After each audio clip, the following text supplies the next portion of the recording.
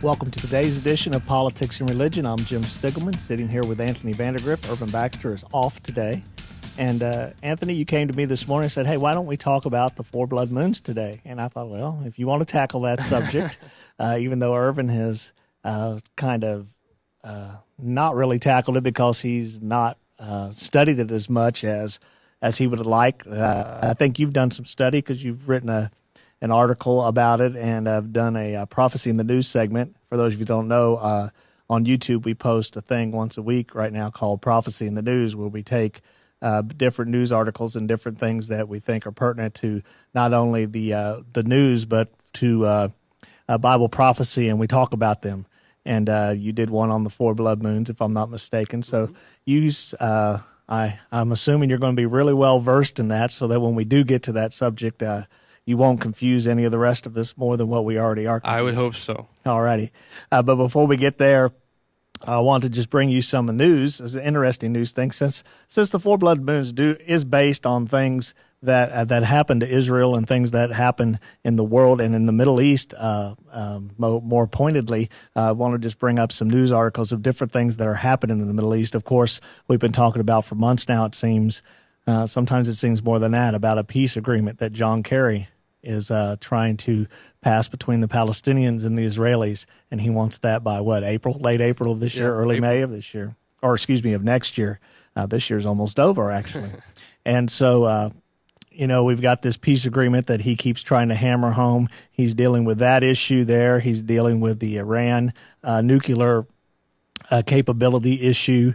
He's dealing with a problem that just cropped up over the weekend in China also. I know this isn't in the Middle East, but you see John Kerry's a pretty busy man. He's got his hands in a lot of, his irons in a lot of fire, so to speak, his hands in a lot of pots. If you don't know about the China thing, we might talk about it a little bit later, but right now we just want to focus on the Middle East because we want to basically show you how prophecies are pointing to something happening in the very near future, whether it's a peace agreement or a war. Right. Either one of those could come next on God's timetable, and depending on how this thing sways, this could be the time for that. Right. It very well could be. And all the stuff that keeps happening in the Middle East is just kind of astounding to me, especially when you look at all the news through the viewpoint of Bible prophecy. It almost gives you an edge, if I can say that, when you look at it and you see more meaning behind the news. I'm looking at it through that viewpoint. Some really interesting things. I mean, in the midst of all the peace negotiations, last time I think we did this, we talked about the list of demands by the Palestinians, and that list was pretty harsh. I mean, it was pretty straightforward, and some of the things that they're requiring, if they still demand those things, like we kind of said, it's, peace seems pretty distant. And then, Netanyahu, he said he was up for this whole peace negotiation. He's happy that they're doing this, but now he's kind of caught off guard with the whole Iran situation. And there have been a lot of interesting things with that. In fact, we were kind of chatting about it prior to the program today. Ehud Olmert actually said that he had declared war on the United States of America because of, I guess, how emphatic he was about the whole Iran situation. Right. I have one of those articles in front of me, and let's just delve into that real quick. In fact, the title is kind of funny. I will not shut up, Netanyahu defiant after predecessor calls his criticism of the Iran nuke deal a declaration of war on the U.S. And, of course, Netanyahu's been very outspoken saying that it's a bad deal.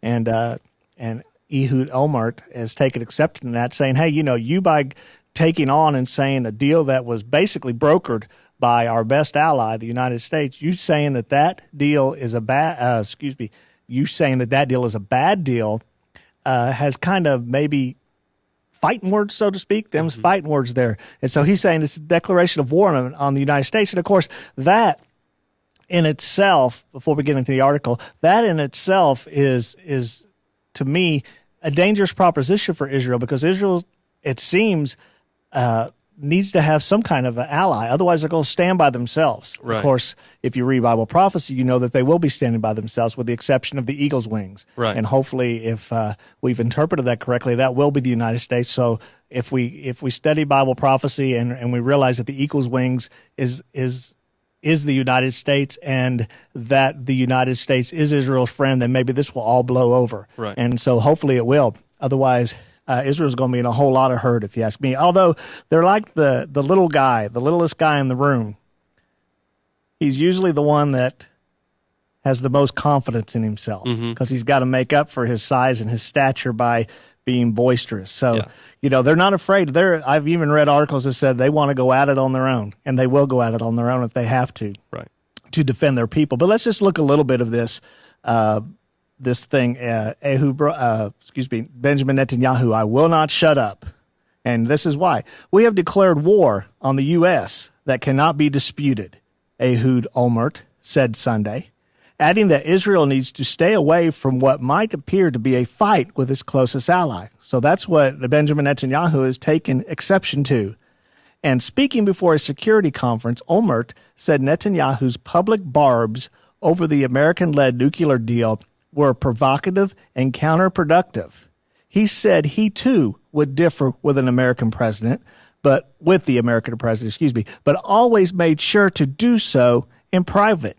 So basically he's saying, Netanyahu, if you're going to disagree with what Barack Obama's done or John Kerry has done or what the P5+1 has come up with, do it in private. Don't basically slap our best friend in the face by saying it's a bad deal. Right. And Ehud Olmert actually used to be the prime minister. I believe it was from 2006 to 2009.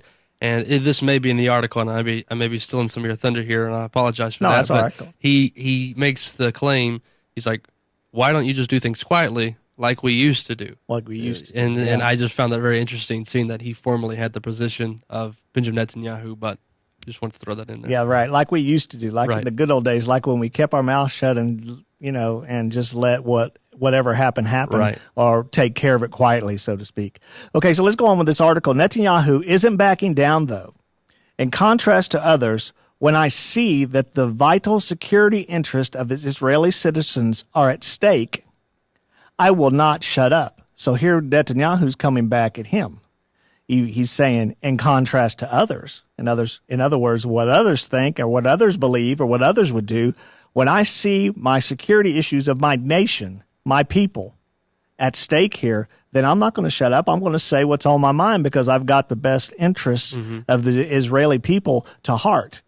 And so basically it's politics. Right. It's people voicing their views against what has gone on, and that we have that here in the Democratic and the Republican parties. Right. If there's going to be a vote in the Congress, in the House, or in the Senate, we know that the Republicans are going to say bad things about the way the Democrats feel, and the Democrats are going to say bad things about the way the Republicans feel. Right. That's just the way it goes in politics, and that seems to be what's happening here. And Netanyahu goes on to say this: it is very easy to keep quiet. It is easy to receive pats on the shoulder from the international community, to bow one's head, but I am committed to the security of my people, he stated. I am committed to the future of my country. And in contrast to periods in the past, we have a loud and clear voice among the nations, and we will make it heard in order to warn in time against dangers. So there again, he says, like they have in the past, where they've been quiet, we're going to be loud and have a voice, and that we're going to warn our people and warn the world about what we feel is a present danger before that danger actually happens. And Netanyahu has called the interim deal with Iran a historic mistake and declared Israel will not be bound by this agreement. And he said he believes that Iran is determined to produce a nuclear bomb, and that offering it relief from the sanctions at this time amounts to just basically appeasing them. And so, go ahead. Oh, I was going to continue on the same trail. It's like you said, it's kind of back and forth. He obviously doesn't agree with what the United States has done. Ehud Olmert thinks that he's wrong for disagreeing. And it's really interesting because Benjamin Netanyahu obviously knows that Ehud Olmert is saying these things because it was at the Great Synagogue in Rome. It may have been Sunday, actually, where he said, others may be opposed to this, but I'm definitely not, and I'm definitely going to stand for, the nation of Israel, for the people. I'm going to make the stand for them, and I'm going to do what's required in order to do that. And it's just interesting because while all this is going on, We know that he's meeting with the Pope right now, Pope Francis. Right, yes. That's why he was in Rome in the first place. He made the trip there, and he's going to be discussing this whole Iran situation with the Pope. And I don't know if anything's come out yet. I haven't been up to date with that, but I'd be interested to see what all is going to come out of Pope Francis in regards to the Iranian nuclear issue. And then also, I know they're going to talk about the peace negotiations. Right. They're also going to talk about the Pope's visit to the Holy Land. That's supposed to be up and coming. So, and I know there's a lot of things that go into that too. It's just there's so much always going on. It's almost hard to keep up with it all because it's funny. You hear one story here, one story there. It's from the same person, but it's two different stories. Right. Yeah. And so it's, like you said, I think it's just politics. Yeah, it's politics. And not only did he go visit the Pope, but if memory serves me correctly, not too long ago, he made overtures to Russia and Vladimir Putin to discuss different things with Iran and I'm assuming the Middle East peace process too. So, is he swinging maybe his allegiances because he is mad about this deal, or we know he shouldn't swing his allegiance if he is, because he's going at it blind. We know by Bible prophecy that eventually Russia, being the bear in Bible prophecy, is going to come down to Israel and going to fight Israel at the Battle of Armageddon. And in fact, the Bible actually says that God's going to put hooks in her jaw and pull her down. So this is going to be something that God's going to allow to happen. And then God's going to pull the hooks in the bear's jaws and pull her down against Israel. And of course, we all know how that ends. Right. God comes back. Jesus comes back riding his horse and saves Israel before she is annihilated. And then they realize that, he was their Messiah or is their Messiah. Right. It's interesting that you bring up that specific account in Bible prophecy because, like we kind of hit at towards the beginning of this program, we're going to go into the 4 blood moons. It's a big prominent teaching right now. Pretty much everyone who follows Bible prophecy is aware of it. And one of the big teachings that goes along with that is the same war that you just brought up, where Russia comes down against Israel. And the passage that you're pulling from is in Ezekiel 38 and 39. And that is what some people claim is soon to happen as a result of these 4 blood moons. And it's just really interesting. I'm actually pretty excited to dive into this to see whether or not, the coming 4 blood moons actually have anything to do with all the things going on in the Middle East. We have the peace negotiations currently taking place between the Israelis and the Palestinians. We have the possible threat of World War III in the not too distant future. Now we have maybe, like some people are teaching, the Battle of Gog and Magog, where Russia comes against Israel. There's a lot of different things that play into this, and I'm excited to kind of dive into this a little bit. And I think once we get back from this break, we'll go ahead and start on that. Sounds good.